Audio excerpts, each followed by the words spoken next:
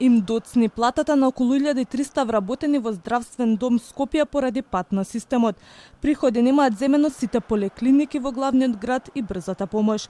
Директорот смирува проблемот се решава, а од независниот синдикат на здравство велат ова е голем технички проблем за кој е потребна помош од информатичари и се надеваат дека за брзо време ќе се надмине, а вработените ќе земаат плата.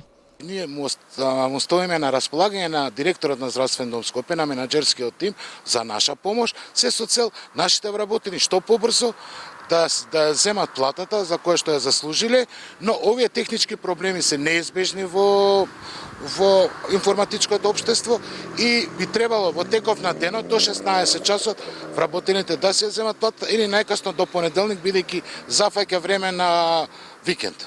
Директорот на здравствен дом Скопје вели дека причината е тоа што снемало струја и нема бекап на податоците за ниту еден вработен. Вели плата ќе има најдоцна до вторник. Инсталираме нови агрегати по поликлиникиве и сега е во тек тука во поликлиниката Битпазар и имало некој електричен тука прекин, но тоа не е целта. Целта е пошто имало некои застарени бекап системи кои што не го поддржиле тоа, тој електричен, како да кажам, напон и изгорени се.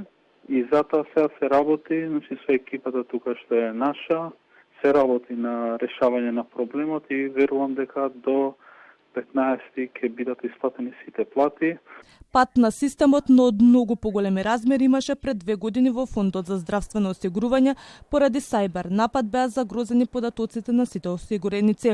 По проверките од надлежните беше утврдено дека се работи за неовластен влез на компјутерски систем на фондот, а во серверите се наоѓаат личните податоци на сите здравствено осигурени лица во Македонија.